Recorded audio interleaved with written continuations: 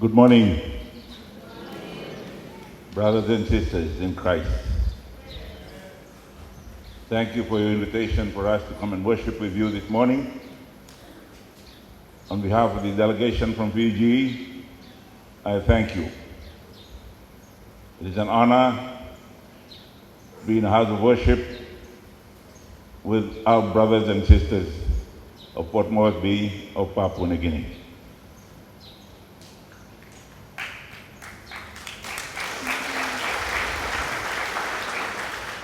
We bring greetings from the churches in Fiji, from the leaders of all the Christian denominations at home.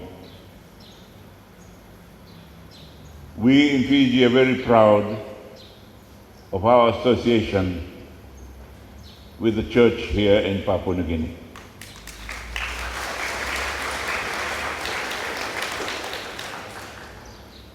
In the early years of our civilization, old men who were not old at the time, men and women, some came as families, some came individually, as part of the spread of the Christian teaching in the world. They came as missionaries, served, and some returned, and some have become part of this land. We are honored as their descendants.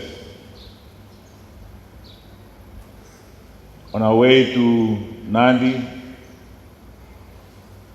I called in one of the towns near Suva, the village of Deumba, where my last surviving aunt, the widow of a former minister of government, who sent word to us to please come and see her before her birthday at the end of this month. She said, I know he's very busy. I know he'll be traveling overseas. My birthday is at the end of this month. And I want him to come and see me. He may not be able to make it to my birthday, or I may not be able to make it to my own birthday. I may die before my birthday. She is the last surviving aunt, children of my grandfather, a maternal grandfather, who was a missionary in Papua New Guinea.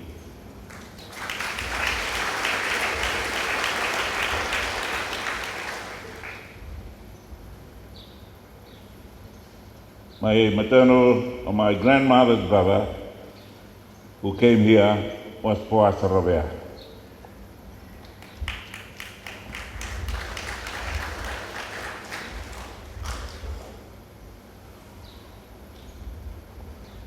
I've always looked up to my uncles and aunts, children of that late grandfather, who was a missionary. And I sat here and listened to the sermon this morning. I realized the disconnect in society is because we Christians and other faiths in the world have forgotten or have not followed Jesus' last words before he said it is finished. He said, behold your mother, to a young man sitting next to the cross. And to the woman next to the cross, he said, behold your son. When we look at the ills of society today, it is because of the disconnect between parents and children. The churches all over the world try very hard to bring people back onto the narrow path. But if we had started by listening to our mothers and our fathers at home, and if our mothers and fathers had started our lives with good, wholesome teachings at home, we would not be having the ills of society now.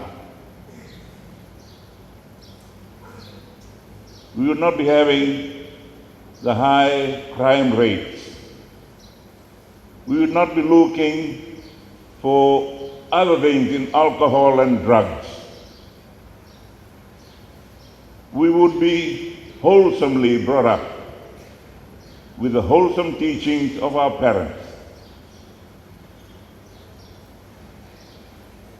who take heed of what Jesus said to Mary: behold, look after, teach, guide your son.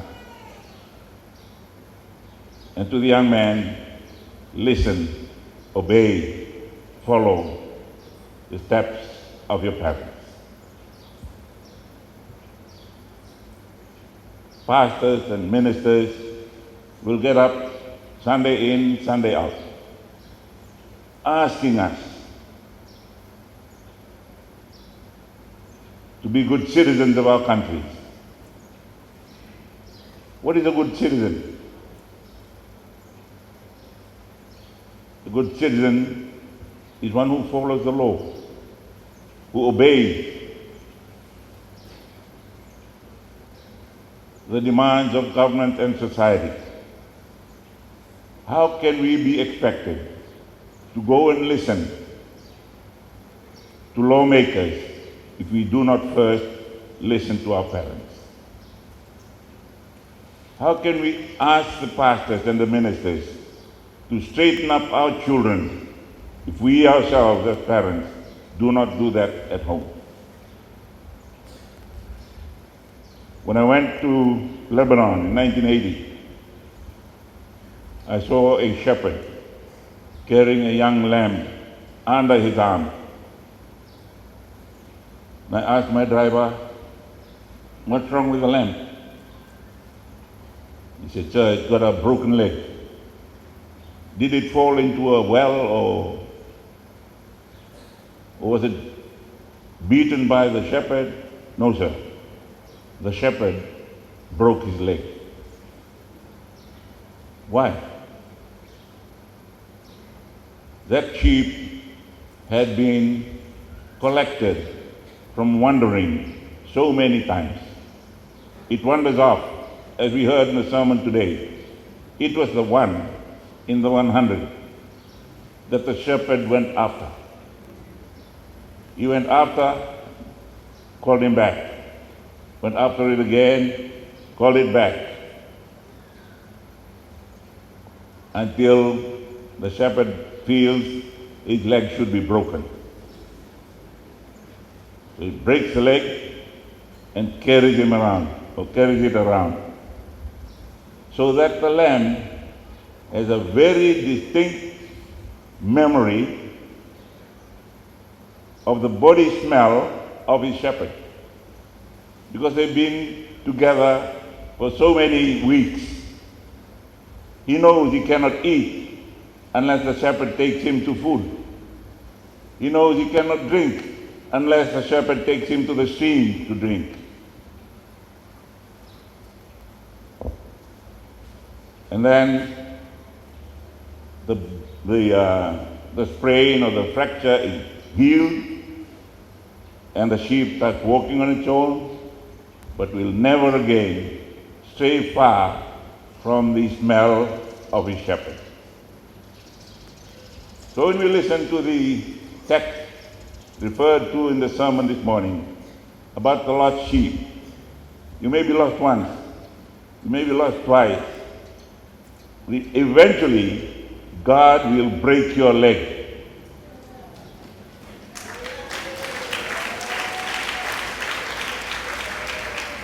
When you are suffering, know that God wants you to be close to Him every day of your life so that you know you cannot afford to leave His side.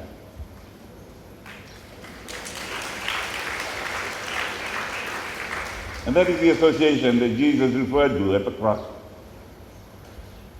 You young lambs who are here today, stay close to your parents. Parents, make sure you take them to food, take them to drink, take them to all they need while they're growing up. And they will never stray far from your teaching as wholesome parents in the home. If that was done in every home, there'll be very little problems for prime ministers to try and solve in every nation in our level. Bula, God bless. Thank you, Minister.